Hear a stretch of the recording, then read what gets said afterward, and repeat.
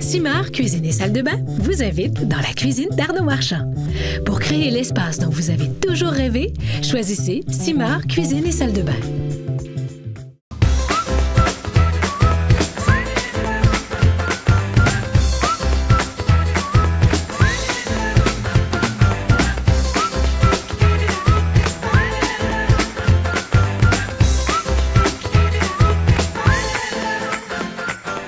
Bienvenue dans la cuisine par Arnaud Marchand. Aujourd'hui, on va se gâter. On va faire un risotto végétarien et un risotto végétalien. La différence, c'est qu'il y en a un des deux qui va être sans produits d'origine animale, donc sans fromage, sans beurre. Mais pourtant, ça ne va pas empêcher qu'il soit très gourmand. Pour ces deux recettes, nous avons besoin de levure alimentaire, asperges, petits pois, haricots blancs, oignons verts, oignons jaunes, des shiitake, parmesan, riz à risotto, de la mozzarella. Si vous avez la chance de prendre de la mozzarella di bufala au lait de bufflone, c'est vraiment délicieux puis ça va fondre dans votre risotto. Ensuite, de beurre, de vin blanc et d'huile d'olive. Nous allons commencer par le glaçon de purée d'haricots blancs. À quoi on peut s'en servir? Lier un potage, lier des légumes, lier un risotto comme là on va le faire, lier des pâtes aussi, ou encore faire une trempette complètement avec ces glaçons-là. L'avantage d'utiliser une purée d'haricots blancs, c'est qu'elle va vous apporter des protéines, mais aussi des fibres. Il faut faire attention lorsqu'on utilise des haricots blancs en conserve, de vraiment bien les rincer. On va enlever le surplus de sodium. On va simplement mixer nos haricots blancs dans le mélangeur. On va juste ajouter un tout petit peu d'eau.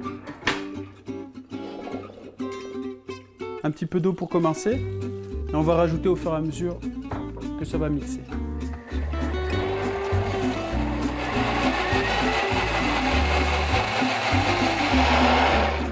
Donc, on a mixé nos haricots avec un petit peu d'eau. On a vraiment cette consistance un petit peu soyeuse. Il ne nous reste plus qu'à l'assaisonner. Donc, sel, poivre.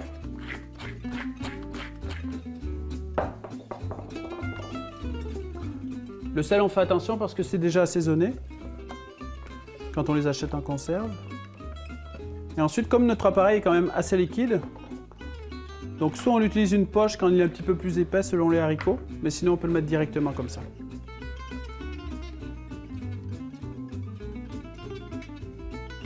Donc il faut mettre la valeur d'une cuillère à soupe par glaçon.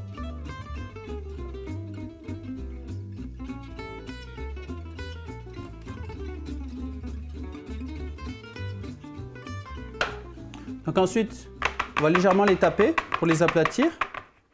Puis on va les mettre directement au congélateur.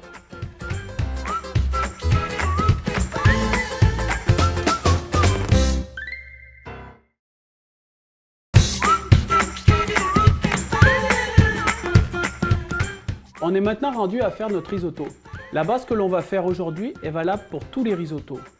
Nous ensuite on va le décaler en format végétarien, mais aussi en format végétalien. Au niveau des choix des riz, on a le choix entre l'arborio, le plus classique, celui qu'on a ici, qu'on trouve dans toutes les épiceries. Le carnaroli, mon préféré, il maintient plus la cuisson en ayant toujours son côté fondant. Et ensuite le maratelli, qui est beaucoup plus difficile à trouver. Là, on a pris un petit oignon, on a 750 g de riz. Fait que la recette, c'est vraiment 1 kg de riz à risotto, un gros oignon jaune, puis 1 litre de vin blanc par recette. Donc on va le ciseler. Donc on fait de fines lanières dans ce sens-là, sans aller jusqu'au bout de l'oignon. Ensuite, on coupe dans l'autre sens. Donc on va essayer d'avoir vraiment des tout petits dés au niveau de l'oignon. Et ensuite, on émince finement. On a des beaux petits dés.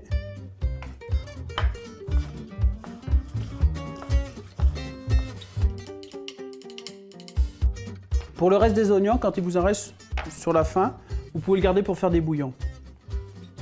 On va pouvoir démarrer notre poêlon. Donc le feu pas trop vif.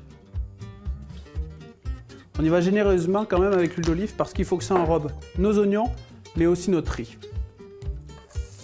On fait attention, surtout on ne veut pas de coloration. C'est pour ça que le feu, il faut vraiment juste aux 3/4. On va donner une base d'assaisonnement. Et on va mettre tout de suite notre riz à nacrer. Donc nacrer, en fait, c'est vraiment faire revenir le riz avec l'huile d'olive.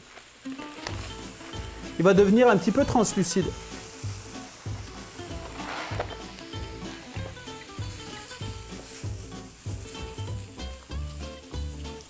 C'est vraiment très important de ne pas aller chercher la coloration ni du riz ni des oignons.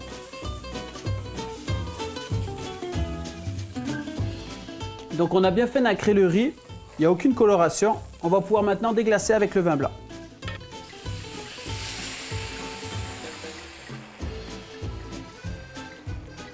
On mouille environ juste à hauteur du riz.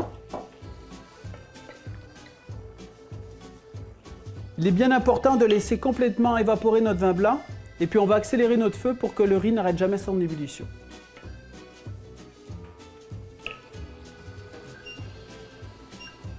Il est important aussi de bien mélanger votre risotto au fur et à mesure. Donc là, le vin blanc toujours un petit peu mélangé pour éviter que ça accroche. On fait attention aussi en fin de cuisson de ne pas trop non plus trop le mélanger parce qu'on risque de casser les grains.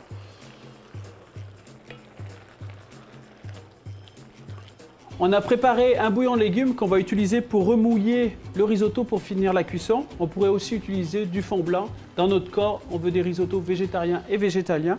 Donc bouillon de légumes qu'on aurait pu faire avec la base d'oignon de tout à l'heure qui nous est restée. On voit que le risotto commence vraiment à être desséché, légèrement presque accroché. Donc là, on va pouvoir commencer à mouiller avec notre bouillon de légumes qui est bouillant pour jamais arrêter la cuisson. C'est ça qui est très important. Là, on voit qu'il ne reste plus du tout de vin blanc dans le fond. Tout a été absorbé. On va pouvoir continuer avec notre bouillon de légumes.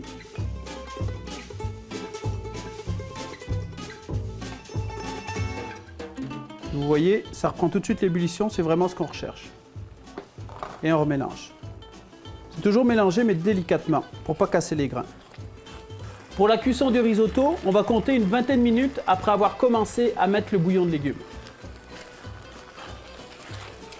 Là, on est retourné à sec, donc on va encore remouiller avec le bouillon de légumes.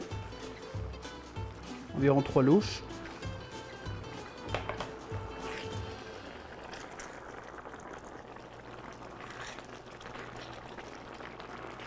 Si vous voulez vous préparer une base de risotto à l'avance, c'est possible. Juste après avoir mis votre bouillon de légumes, il faut compter 7 minutes de cuisson. Ensuite, on le coule dans un plat avec le bouillon. Le lendemain, on part sur une base de bouillon chaud. On prend notre riz qui a comme tout réabsorbé et on le remet dedans et on finalise notre risotto avec le beurre, le parmesan et puis tout ce qu'on veut à l'intérieur. Le risotto est presque cuit. Ce que l'on veut, c'est vraiment avoir une résistance dans le grain de riz pour pouvoir après finir avec toutes les garnitures qu'on veut y mettre. Donc là, légèrement croquant. Il va finir d'absorber le bouillon qu'on va y mettre. Donc une dernière petite louche. Et puis on va le laisser comme ça. Il ne reste plus qu'à mettre, si on voulait vraiment très classique, noisettes de beurre, parmesan, notre risotto serait terminé. Là, on va y aller un peu plus recherché. On va mettre purée de petits pois, champignons sautés, un petit peu d'asperges, c'est la saison des asperges. Et puis on va finir, le petit secret du chef, c'est de mettre un petit peu de mozzarella di bufala au centre du risotto quand vous le servez. Comme ça devient coulant. C'est juste le risotto qui vient le rendre fondant. Puis c'est un pur régal.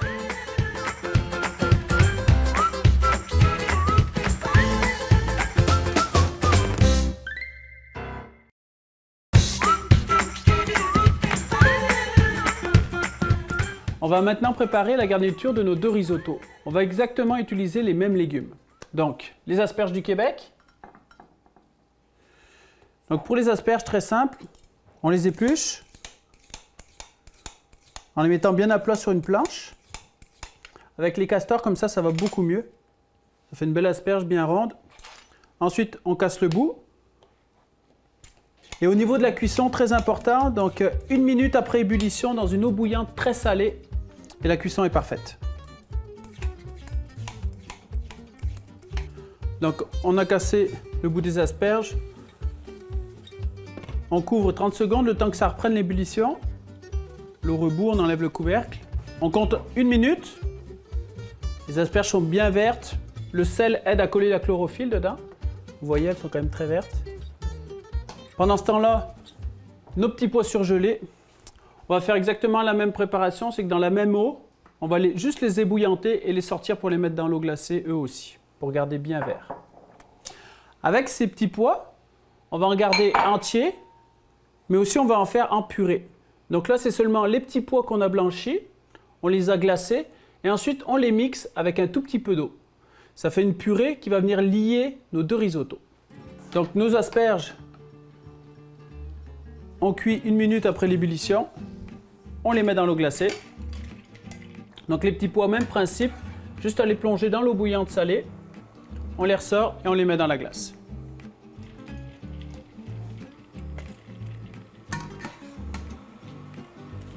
On va préparer les champignons. Donc les champignons très simples, on enlève juste la petite queue des shiitake, comme ceci qui est un peu dur.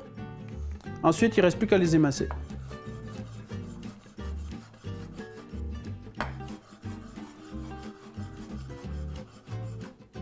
On va les poêler à l'huile d'olive.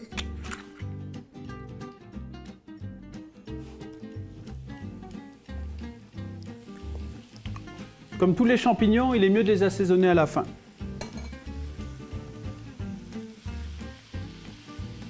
Maintenant, on va pouvoir finir nos 2 risottos. On est parti sur la base de nos 2 risottos qu'on avait fait la veille. On les avait cuits 7 minutes après avoir mis notre mouillement de bouillon de légumes. Puis je vais vous en faire un végétarien et un végétalien. Donc pour finir le risotto, pour le végétarien, on va mettre parmesan. On n'hésite pas, il faut être généreux avec le parmesan. Donc on mélange bien, on lie en fait notre risotto avec le parmesan. Pour le végétalien, donc on va utiliser la levure alimentaire qui a un léger goût de fromage. Donc très intéressant à travailler. Donc on va faire comme avec le parmesan. Donc vous avez vraiment le comparatif, le parmesan d'un côté, la levure alimentaire de l'autre. Ensuite, du beurre pour l'un. Donc on est généreux avec le beurre. Ça ne veut pas dire que végétarien rime avec léger. Il faut que ça soit très gourmand.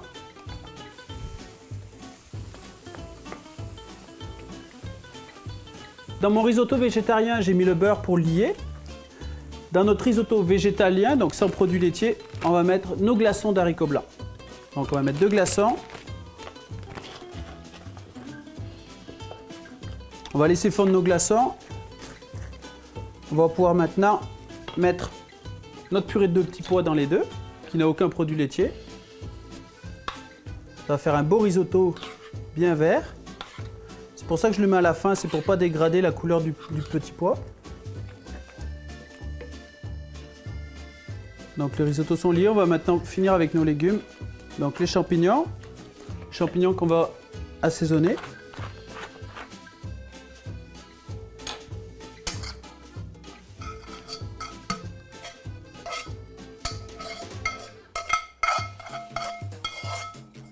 Ensuite les petits pois qu'on a blanchis. On finit avec les asperges qu'on va couper en dés.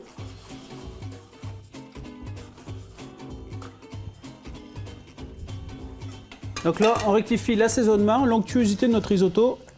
On va légèrement le remouiller. Pareil pour le deuxième. On a un risotto bien vert, bien gourmand. On peut voir que le risotto végétalien est aussi onctueux que le risotto monté au beurre. On est prêt à dresser nos risottos. Donc le risotto végétalien.